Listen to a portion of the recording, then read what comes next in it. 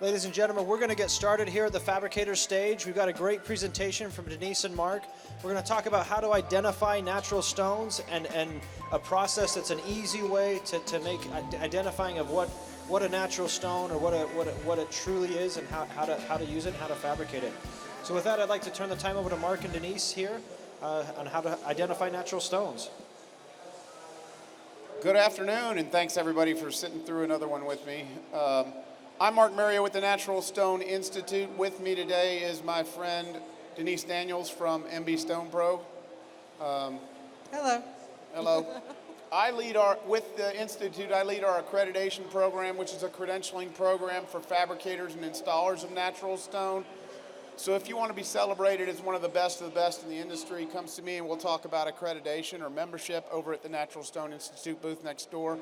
If you need restoration products or training or equipment or chemicals, reach out to Denise. Her and her team are experts in the restoration side of natural stone, and some of that involves identifying different types of natural stones. So what we're going to start out, I'll start out with a very, very abbreviated version of our Natural Stone 101 CU course, which is an intro in geology on natural stone. We'll talk about the tools that Denise and MB Stone has developed to help you identify the materials when they come into your shops. And we're going to do a couple of experiments, and hopefully we'll get them on camera and be able to zoom in and see the effects of what we're describing here for you today. Give you a better idea on how to work with those materials, whether it's restoration or just basic fabrications and things you can do. First of all, at the Natural Stone Institute, we represent all companies involved in just that, natural stone. Naturally occurring material that's been harvested from its in situ position within the earth. So it's not something that's created in a factory, it's just pure natural stone dug out of the ground, dug out of the mountains. As opposed to engineered products, whether it be artificial stone, porcelain, all the other wonderful products that are here at Coverings that you can use as alternatives. I know many of those are made to look like natural stones, and some of them do a really good job at it. But we, at the Natural Stone Institute, we know the oldest man-made structures on the planet are constructed with what? Natural stone. Natural stone. And we still believe it's a valuable building material and can make more projects. You can make long-lasting projects out of natural stone these days as well. So natural stones in general can be broken down into two mineral families. We've got calcareous stones, which are made up primarily of the mineral calcium carbonate. And then we have siliceous stones, which are primarily made up of silica and silicates. Both of those families of stone have many other minerals that give it the veins and colorations and things like that. But beyond the mineral base makeup, there are three ways that natural stone is formed. And so we separate those into sedimentary, metamorphic, and igneous. Sedimentary stones are ones formed by layers, by settling, by sedimentation, usually of biological life forms, seashells, bones, things like that were living in oceans and on the land. As they die and settle to the bottom over many, many, many millions of years, they get compressed and compacted. Hence that main mineral, calcium carbonate, that occurs in those bones and shells. The other formation method is metamorphic. So those sedimentary stones, as they get compacted and pressed together and shifted with the movement of the Earth's crust, undergo a metamorphosis. They undergo great heat and pressure, almost to the point of melting, but where those crystals, the minerals in those materials, recrystallize and grow and metamorphosize and change into other stone varieties. And then the third formation is igneous. So this is where those minerals that make up the natural stones were in a molten form. And then as they cool and harden, they become stone that we use today. So we have, this is from our Natural Stone 101 course, so we have the two mineral makeups, calcareous and siliceous, on the left, and then the three formation types, so sedimentary, metamorphic, and igneous. So regardless of mineral makeup, we have all of them in both sedimentary and metamorphic formation types. So the sedimentary, the layers like travertine, onyx, and limestone, and in sandstone in the silicious varieties. Those undergo the metamorphosis and become marbles or quartzites or serpentine or soapstone. And then igneous is going to be specifically only the silicious material, either granites or basalts.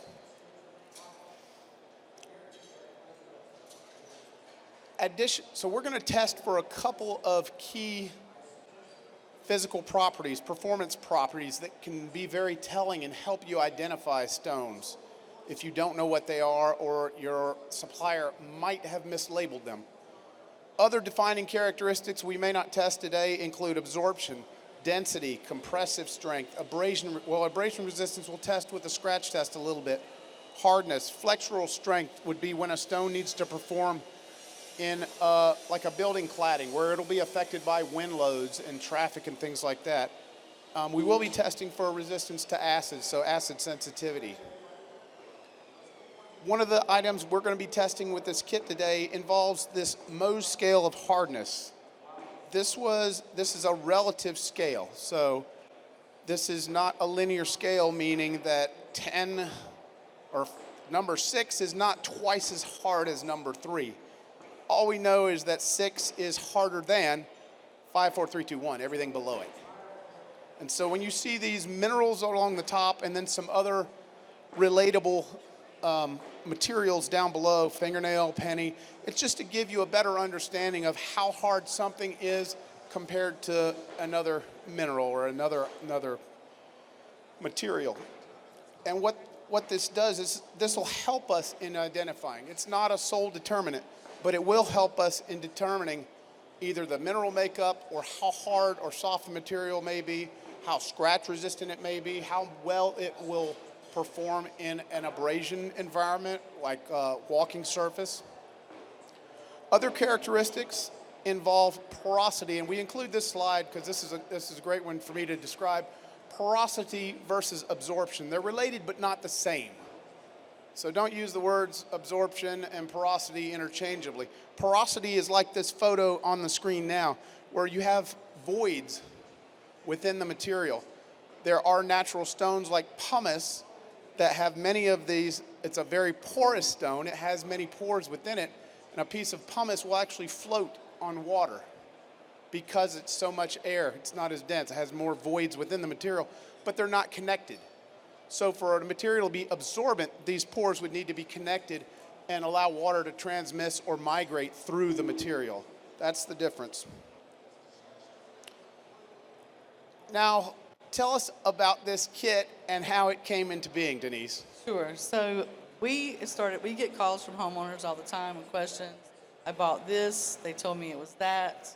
We have all these things we kept seeing come up that were either mislabeled or they just didn't quite understand what they had or what they were working with. So we worked with Karen Kirk, who actually created this flow chart and this instruction booklet. She's a geologist who writes for usenaturalstone.org. She's amazing writer. If you've never read her articles, I would recommend it. So we worked with her to put together this kit so people could see how hard is this surface, is it acid resistant. Then you understand what you're working with. You don't even have to know what the name of it is, and I know that's like sacrilege to some people, but the names have changed so much over the years that it's almost become irrelevant. So this will tell you what you're working with. So what kind of soil do you need? Where would it be good to be specify this material? If it's acid sensitive, am I going to be able to live with it in my kitchen? You know, so those kinds of questions, it helps answer those. Get the camera on here, please. So we can let everybody see what's in the kit. So in the kit is what? Yeah, so we include these are the picks to determine on the Mohs hardness scale where your surface is going to fall.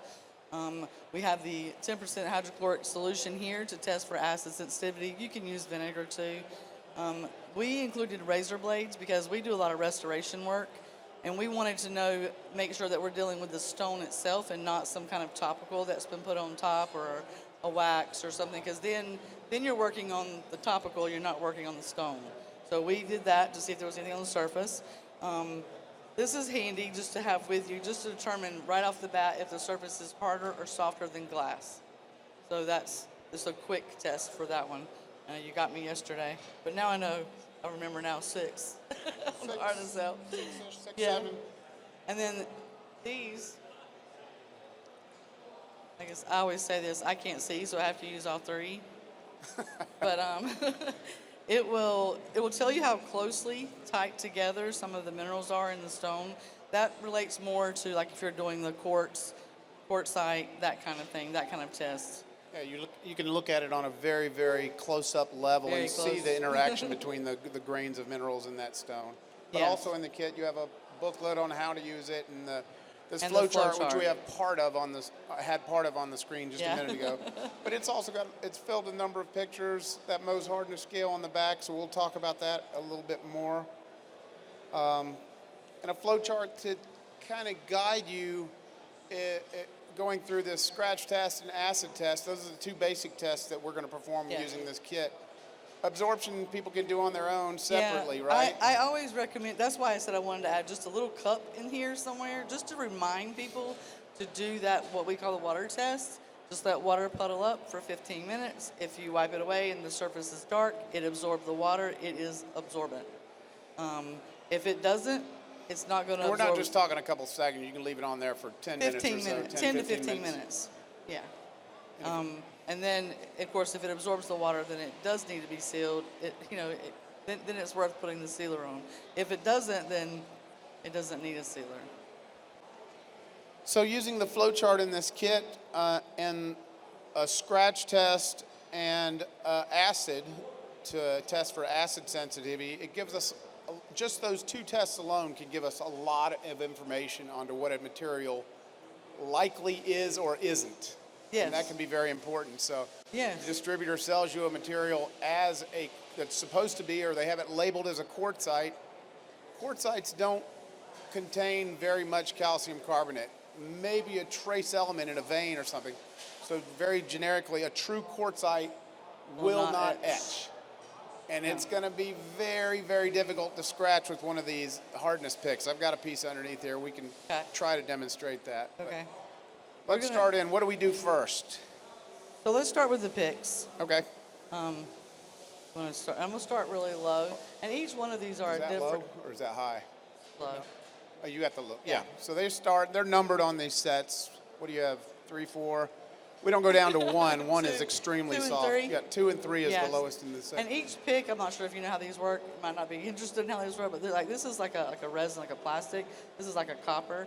So that each time you go up, it's a different substance, Yeah. basically, what you're testing with. And a lot of people think you have to like really grab these. You don't. It's like writing with a pen. You literally will do this. Of course, nothing happened on that one, so we know it's not a 2. It's not a 3. You got 4. This is 4. You can start to feel a little bit. Let me but see if I can feel it. Yeah. It left a mark on there, Just but a what is little. that? Is that in the stone or is that from the Let me material, the try. metal? Right here. Yeah.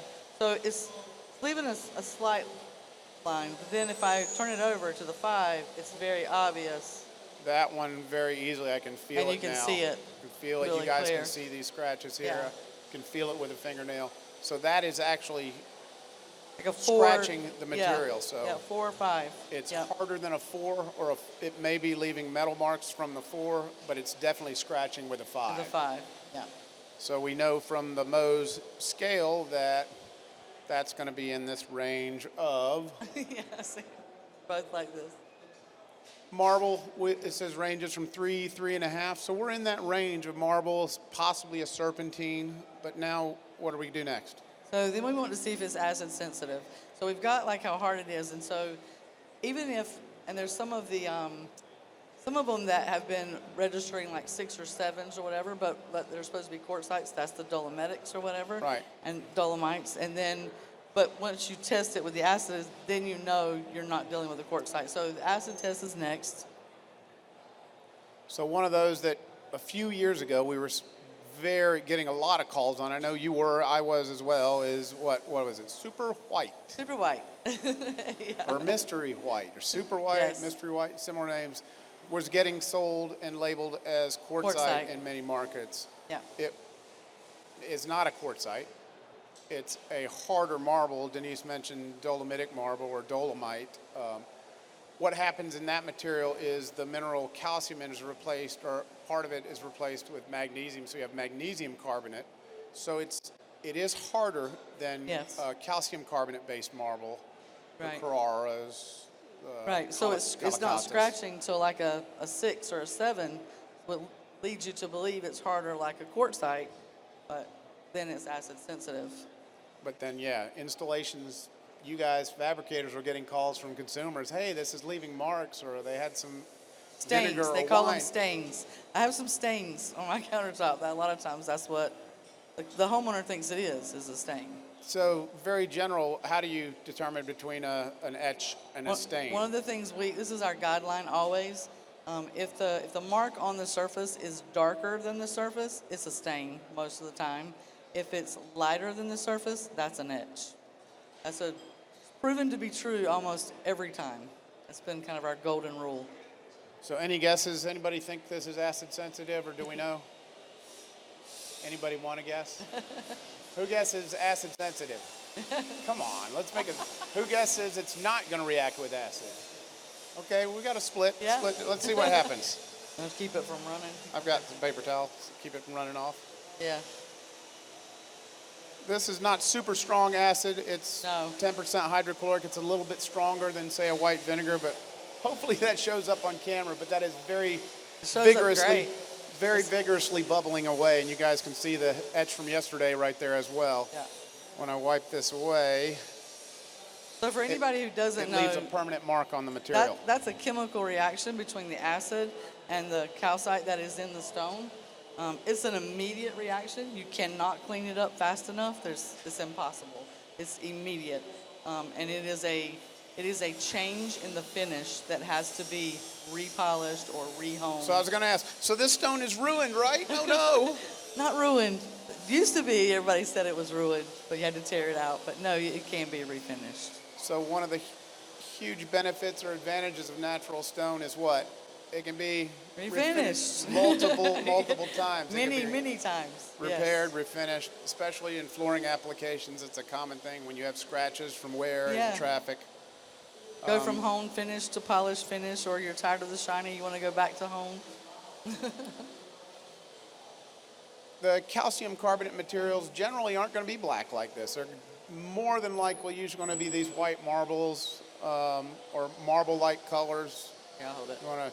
Should we test this one for acid? I don't know if the white doesn't show up very well on camera, but we'll We'll try. try this one, see if we can see if anything happens. Yeah. I see a few little bubbles. I can see it bubbling. No, it's not showing up on camera. Oh, there it's going. Yeah, now it's bubbling away. So again, that would be a calcium carbonate-based material, meaning it's in that limestone, marble, travertine, onyx family of. Yeah. Any of you guys want to see what the etch looks like if you don't know? Most You're of you welcome to probably come do up here know. during or after the Yeah. presentation. Oh, yeah. I was Likewise, we have a different light-colored material here. And this, who out there knows what this is? You guys are all in the business. Everybody should know. This is true geological granite, so this is not going to be acid No, sensitive. We it could is put not. we could put the acid on there, but it's not going to do anything. It's just sitting on top. Like a water bead. Looks like water sitting on top. I'm gonna Got it. dab it away. Well, let's leave it on here a minute because this Okay. is just it is darkening. So we'll show what that yeah. does. It doesn't have to be water. It may be acid that darkens. Yeah. But also we have materials like this one up here. This is, I bet this would scratch with something softer than a 5. What's that going to Let's make start it? with,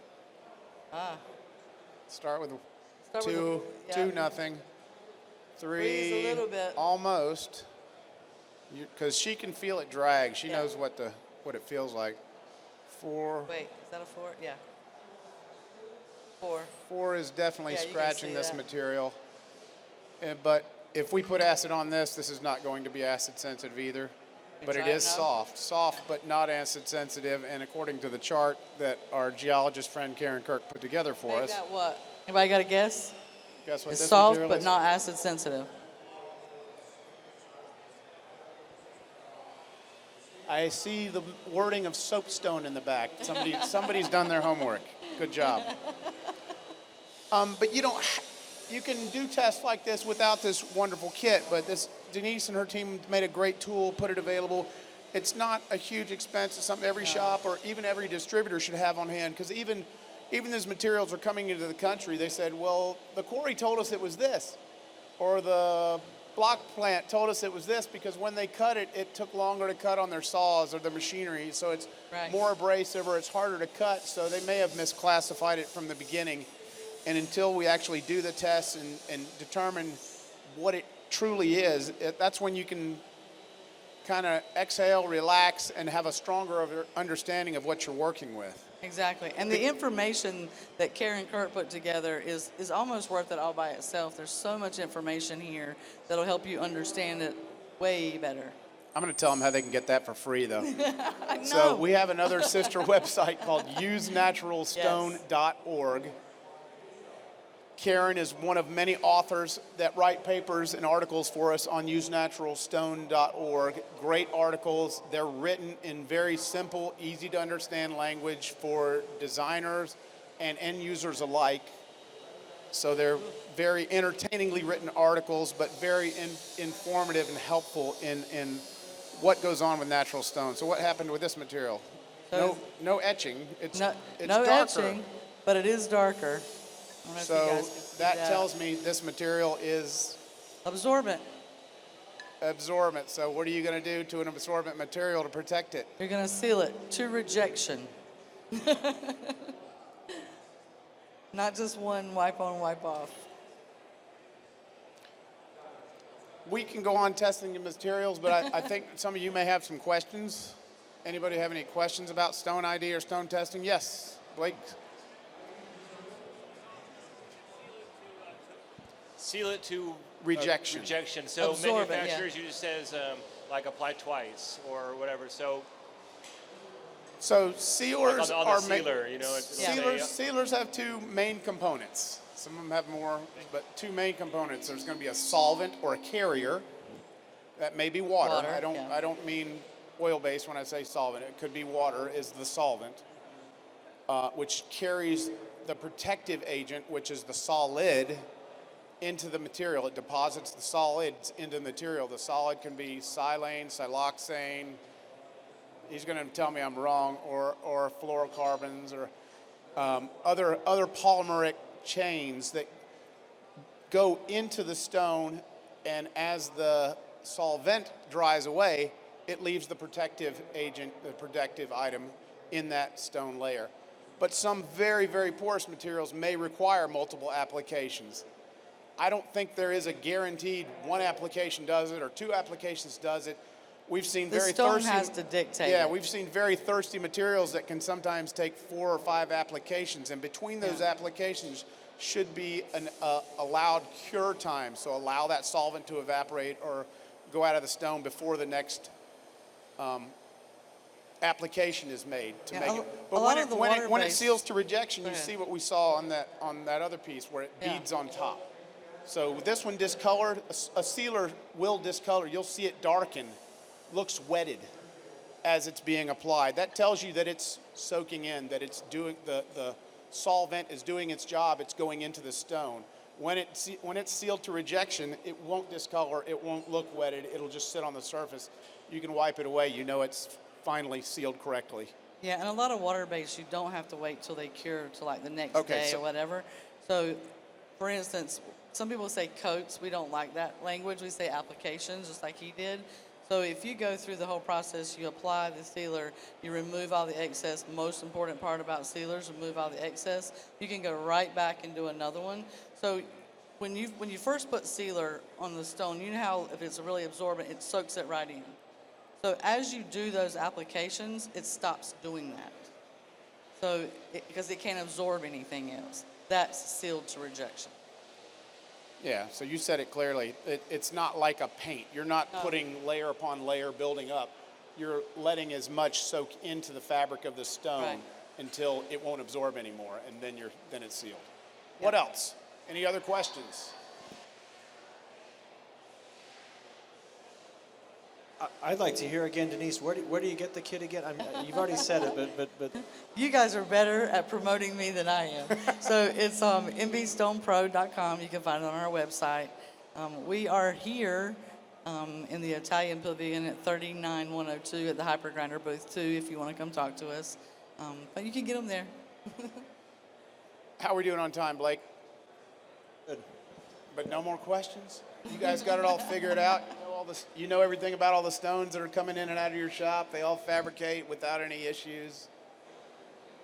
Another question. Where's the resource to learn these things? Because I work with natural stone, but I have no idea what I'm doing. I'll take that one. Are you you're a tile installer? And you're a one-man shop? So membership in the Natural Stone Institute is $1,000 annually. I understand that can be a strain on a smaller, independent, one-person shop, but we have a number of resources that don't require membership, like that usenaturalstone.org website I mentioned. We have a lot of articles written by geologist Kerry Kirk and many other good articles specifically on natural stone that can help you in your business. If you have other questions, you can reach out to us. I'll do my best to help you when we have time available. Same for us. We answer a lot of technical questions too. I can give you my card too.